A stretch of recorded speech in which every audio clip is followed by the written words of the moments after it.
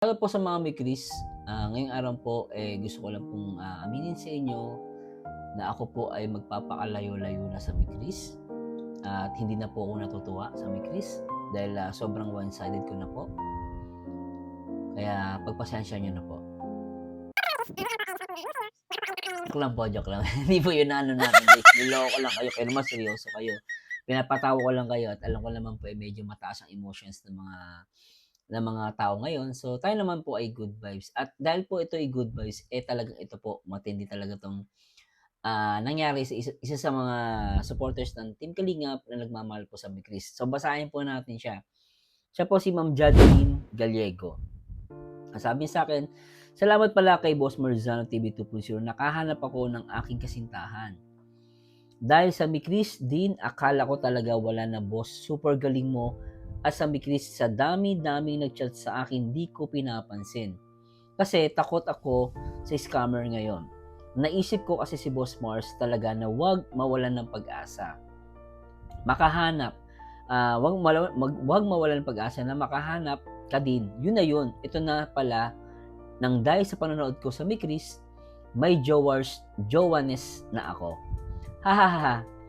Akalain mo yun? Wala na sa kalendaryo.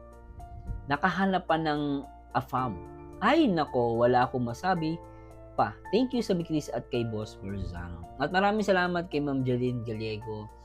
Miss emotion din po ako at talagang dinamay niyo po ako, no? At siyempre salamat sa May Chris, no? At salamat din po at na-appreciate niyo po yung aking mga payo, no? Kasi pag nag-react po ako, hindi lang about sa love team, iba't ibang di ba? Iba't ibang tinatakal natin. At good luck lang din po sa inyong love life, sa bagong love life mo. Basta enjoy life at wala po sa edad ang pagmamahal. Lagi na natatandaan, bata ka man o lampas na yung edad natin sa kalendaryo, pag dumating po ang pagmamahal, ang love, huwag natin itong pabayaan.